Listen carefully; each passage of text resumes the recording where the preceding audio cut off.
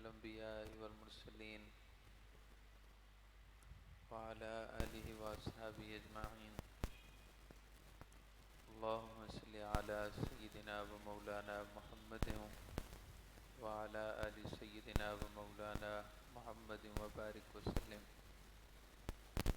أعوذ بالله من الشيطان الرجيم. بسم الله الرحمن الرحيم. من ذا الذي يقرض الله قرضا حسنا فيضاعفه له وله أجر کریم. صدق اللہ العظیم. محبت سے درود ابراہیمی پڑھ لیجیے. اللہم صلی علی محمد وعلی آل محمد کما صلیت علی ابراہیم وعلی آل ابراہیم انک حمید مجید. اللہم بارک علی محمد وعلی آل محمد کما بارکت علی ابراہیم وعلی آل ابراہیم انک حمید مجید. سورۃ الحدید کی بابرکت آیات کی تفسیر کا سلسلہ جاری تھا. سورۃ الحدید کے دوسرے رکوع کی ابتدا ان آیات سے ہوتی ہے. من ذا الذی یقرض اللہ قرضا حسنا، کون ہے جو اللہ تعالیٰ کو قرض کے طور پر اپنا مال دے اور بہترین طریقے سے دے. من ذا الذی، کون ہے وہ، الذی یقرض اللہ، جو اللہ کو قرض دے، جو اللہ تعالیٰ کو قرض کے طور پر اپنا مال دے، حسناً، اور بہترین انداز میں دے. قرض دے اور بہترین طریقے سے قرض دے. فیضاعفہ لہ، اگر اس نے ایسا کیا تو اللہ تعالیٰ اس کے مال کو کئی گنا بڑھا دے گا، اس کے مال کو دوگنا فرما دے گا. سورہ بقرہ کی آیت نمبر 245 میں ارشاد ہے کہ فَيُضَاعِفَهُ لَهُ أَضْعَافًا كَثِيرًا، اللہ تعالیٰ اس کے مال کو کئی گنا بڑھا دے گا، کئی گنا بڑھا کر اس کو واپس دے گا. وَلَهُ أَجْرٌ کریم، اور اجر اس کے علاوہ ہے. مال واپس بھی ملے گا اور ملے گا بھی اس طرح کہ أَضْعَافًا كَثِيرًا، کئی گنا بڑھا کر مال واپس دیا جائے گا. وَلَهُ أَجْرٌ کریم، اور شاندار اجر وہ اس کے علاوہ ہے، اجر بھی ملے گا. تو دو باتیں قابل توجہ ہیں، بلکہ تین باتیں قابل توجہ ہیں. ایک یہ کہ جس کو قرض دیا جائے اس پر گویا کہ قرض دینے والے کا احسان ہوتا ہے، نیکی ہوتی ہے. اگر ایک شخص دوسرے کو قرض دے تو یقیناً جس کو قرض دیا گیا ہے وہ احسان مند ہے، اور جو قرض دینے والا ہے وہ محسن ہے، اس نے احسان کیا ہے. اور اللہ رب العزت نے ہمیں حکم دیا ہے کہ جو نیکی کرے تو اس کی نیکی کا بدلہ بھی دو. محسن کے احسانات کو یاد رکھنا یہ مروت ہے، اور محسن کے احسان کو فراموش کر دینا یہ بے مروتی ہے. تو جو رب ہمیں مروت کا حکم دیتا ہے، ایک دوسرے کے احسان کو یاد رکھنے کا حکم دیتا ہے اور احسان فراموشی سے منع فرماتا ہے، خود اس ذات کے بارے میں ہمارا کیا خیال ہے کہ اگر اس کے حکم پر ہم عمل کریں گے اور اس کو قرض دیں گے جیسا کہ اس نے ارشاد فرمایا، تو اس کا احسان یاد رکھنا کتنا بڑا ہے، باوجود اس بات کے کہ نہ اس کو قرض دیا جا سکتا ہے اور نہ ہی کوئی اس پر احسان کر سکتا ہے. وہ صاحب احسان ہے، دوسروں پر احسان کرنے والا ہے، اس پر کوئی احسان نہیں کر سکتا. باوجود اس بات کے اندازہ کیجئے کہ اگر اس کے ساتھ، اگر اس کے حکم کی تعمیل کی گئی ہے اور اس نے بندے کو اپنے طور پر محسن فرمایا ہے تو اس کے احسان کا بدلہ چکانا کتنا عظیم ہوگا. تو پہلی بات توجہ طلب یہ ہے کہ قرض دینے والا محسن ہے، اور جس کو قرض دیا جائے وہ احسان مند ہے. احسان مندی کا فریضہ یہ ہے کہ احسان کو یاد رکھا جائے. تو اللہ رب العزت نے بندے کو محسن فرمایا ہے کہ بندے نے قرض دیا ہے گویا کہ وہ محسن ہے، اور اپنی ذات کے بارے میں فرمایا ہے کہ ہم قرض لینے والے ہیں، یعنی کہ ہم اس کے شکور ہیں، ہم اس کے احسان مند ہیں. اللہ تعالیٰ کا ایک نام شکور بھی ہے، یعنی وہ بندے کی نیکیوں کا قدردان ہے۔ دوسری بات توجہ طلب یہ ہے کہ اللہ تعالیٰ نے ارشاد فرمائے کہ ہم اس کا دیا ہوا قرض اس کو اسی حالت میں نہیں دیں گے، بلکہ اضعافاً فیضاعفہ لہ، اور سورہ بقرہ کی آیت میں ہے کہ فیضاعفہ لہ اضعافاً کثیرہ، ہم اس کا مال اس کو کئی گنا بڑھا کر دیں گے، کئی گنا بڑھا کر دیں گے، یعنی 10 گنا سے لے کر 700 گنا تک جو ہم چاہیں گے اس کو دوگنا کر دیں گے۔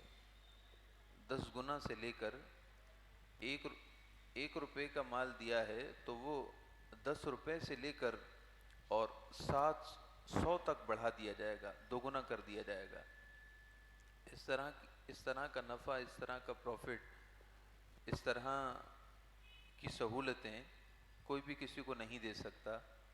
لیکن یہ دنیا کے سودے نہیں ہیں، یہ آخرت کے سودے ہیں، اور یہ تجارت، یہ قرض کا معاملہ اللہ سے ہو رہا ہے۔ اس لیے ارشاد فرمایا کہ ہم 10 گنا سے لے کر 700 گنا تک بڑھا کر اس کو واپسی کریں گے۔ اور صرف یہی نہیں، اگر اس کی نیت میں سچائی زیادہ ہوئی اور اس کے دل میں تقوی زیادہ ہوا، اس کے دل میں محبت زیادہ ہوئی، اس کا ہمارے ساتھ تعلق زیادہ مستحکم ہوا، تو پھر اجر بے حساب ہوگا۔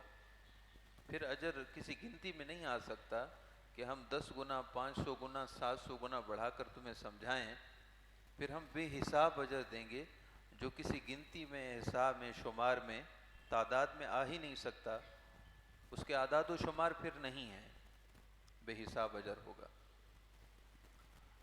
2 باتیں ہو گئی۔ تیسری بات توجہ طلب یہ ہے کہ اللہ تعالیٰ نے ارشاد فرمائے کہ مال تو ہم کئی گنا بڑھا کر آخرت میں دیں گے،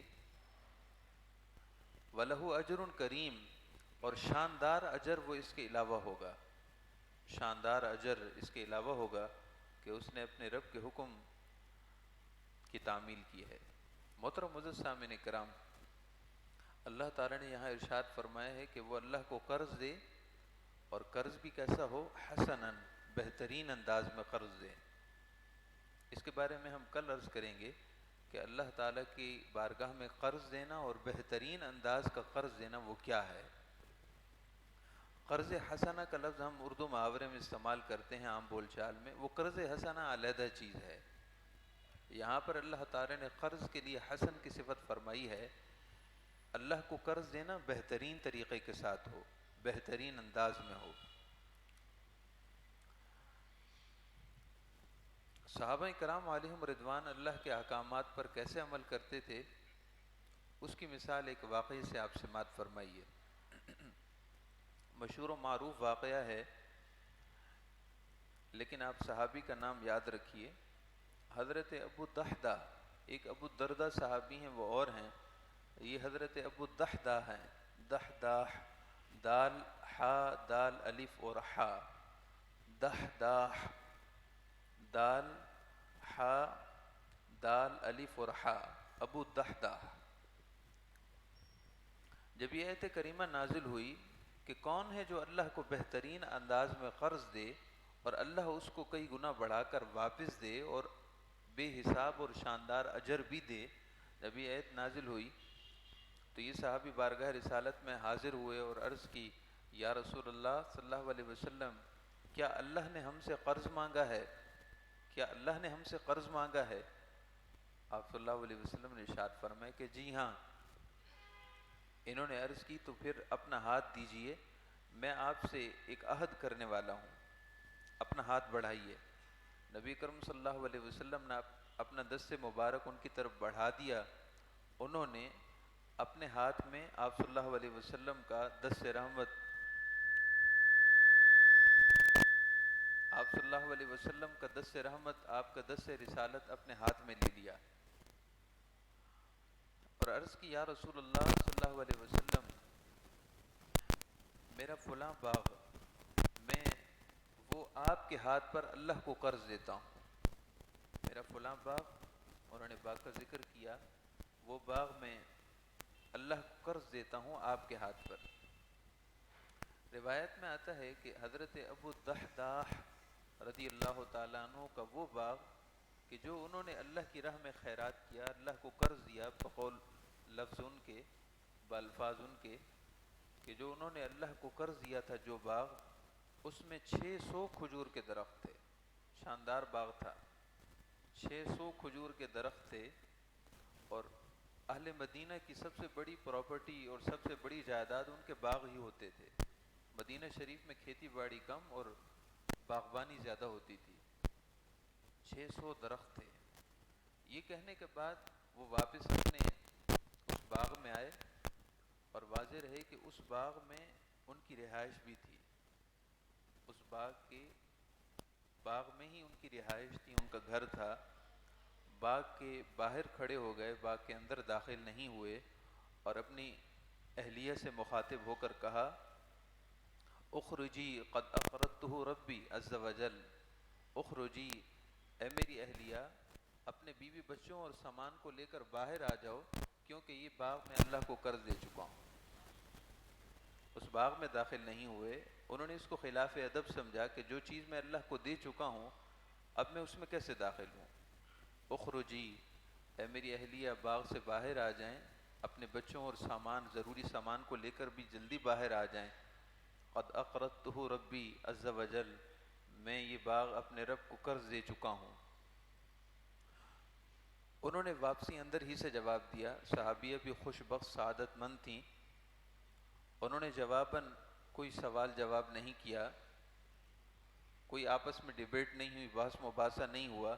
انہوں نے جواب میں برجستہ یہ کہا ربح بیعک یا ابا الدحداح، اے میرے شوہر محترم آپ نے جو اپنے رب سے سودا کیا ہے بہت نفع کا سودا کیا ہے، آپ نے نفع کا سودا کیا ہے، آپ کا نفع، آپ کا سودا بہت نفع والا ہے۔ اور یہ کہہ کر وہ اپنے بچوں کو ضروری سامان لے کر باہر چلی آئیں۔ محترم معزز سامعین کرام، یہ ہے اللہ کو قرض دینا اور بہترین انداز کا قرض دینا۔ قرض حسن، وہ قرض جو بہترین انداز کا قرض ہو، اس میں بنیادی طور پر دو چیزیں ہیں۔ ایک یہ کہ محتسبا من قلبہ، محتسبا من قلبہ، دل میں ثواب کی نیت ہو، کسی پر احسان مندی نہ ہو۔ آپ مجھے قرض دیں، میں آپ کو قرض دوں، ایک بھائی دوسرے بھائی کو قرض دے، ایک کاروباری دوسرے کاروباری کو قرض دے، تو قرض دے کر اس سے اپنا مطلب نہ نکلوائے۔ قرض دینے کے بعد یہ دل میں نہ سوچے کہ اپنا کوئی کام میں اسے بھی لے لوں گا۔ یہ قرض تو ہے مگر قرض حسن نہیں ہے۔ بہترین انداز کا قرض وہ ہے جو للہ اور فی اللہ ہو، اللہ کی رضا کے لیے ہو، دوسرے کے کام آنا، خیر خواہی ہونا، دوسرے کی پریشانی حل ہو جائے، اس کا مسئلہ حل ہو جائے، معاملہ حل ہو جائے۔ اس نیت کے ساتھ جو قرض دیا جاتا ہے وہ بہترین انداز کا قرض ہے، جس کا اللہ رب العزت نے مطالبہ فرمایا ہے کہ میرے ساتھ اگر قرض کا لین دین کرتے ہو تو پھر مجھے تو اس طرح کا قرض چاہیے، مجھے وہ تمہارا والا قرض نہیں چاہیے جو تم آپس میں ایک دوسرے کو دیتے لیتے ہو۔ قرض دیتے ہو مگر کچھ نہ کچھ اپنا نفع اور منفعت نکلوا لیتے ہو۔ مجھے قرض دیتے ہو تو وہ قرض دو جو اس طرح کو ہو کہ وہ محتسبا من قلبہ، تمہاری نیت میں دل میں سچائی ہو، نیت کھری ہو، خیر خواہی والی نیت ہو۔ اور قرض حسن، بہترین انداز کا قرض، اس کی دوسری شرط یہ ہے کہ بلا من ولا اذى۔ امام قرطبی فرماتے ہیں کہ بلا من ولا اذى، نہ کسی پر احسان جتاؤ نہ کسی کو تکلیف دو، نہ کسی پر احسان جتاؤ نہ کسی کو تکلیف دو۔ چنانچہ جب ہم قرض کی مدت مقرر کر لیتے ہیں تو وہ جائز ہے اور ہونا بھی چاہیے۔ کسی کو قرض دیں اور پوچھیں کہ لوٹاؤ گے کب، یہ پوچھنا بھی ضروری ہے اور یہ طے کرنا بھی ضروری ہے کہ 2 ماہ بعد، 3 ماہ بعد، 1 سال بعد، 1.5 سال بعد مدت مقرر کرنا ضروری ہے تاکہ نزاع نہ ہو، جھگڑا نہ ہو۔ لیکن قرض جو بہترین انداز کا قرض ہوتا ہے، قرض حسن ہوتا ہے، اس کے لیے ہوتا ہے کہ قرض دینے والے کی طرف سے سہولت ہوتی ہے کہ جب بھی تمہیں گنجائش ہو مجھے واپسی کر دینا، میعاد مقرر نہیں کی جا رہی، جب تمہیں آسانی ہو، گنجائش ہو، واپس کر سکنے میں آسانی ہو، واپس کر دینا۔ خواہ 1 مہینہ لگے یا 1 سال لگے، میری طرف سے تمہیں مہلت ہے۔ یہ قرض حسن ہے، جس کا ذکر سورۃ الحدید کی آیت نمبر 11 میں اور سورہ بقرہ کی آیت نمبر 256 میں ہوا ہے۔ تو بہرحال اس صحابی حضرت ابو الدحداح اور ان کی اہلیہ ام دحداح کے بلند ایمان کو واقعی داد دینی پڑے گی کہ سب سے بہترین چیز ان کا باغ تھا، جن میں ان کی رہائش بھی تھی، 600 کھجور کے درخت تھے۔ سب سے پسندیدہ چیز انہوں نے اللہ کی بارگاہ میں پیش کی۔ لن تنالوا البر حتى تنفقوا مما تحبون کی بہترین تفسیر واقعی حضرت ابو دحدہ رضی اللہ تعالی عنہ اور ان کی اہلیہ ام دحدہ نے قائم فرمائی۔ اللہ تعالیٰ ان کی وجہ سے ہمیں بھی اللہ کی بارگاہ میں خیرات کرنے، نیکی کے کاموں میں خرچ کرنے، خلوص نیت سے خرچ کرنے کی توفیق عطا فرمائے۔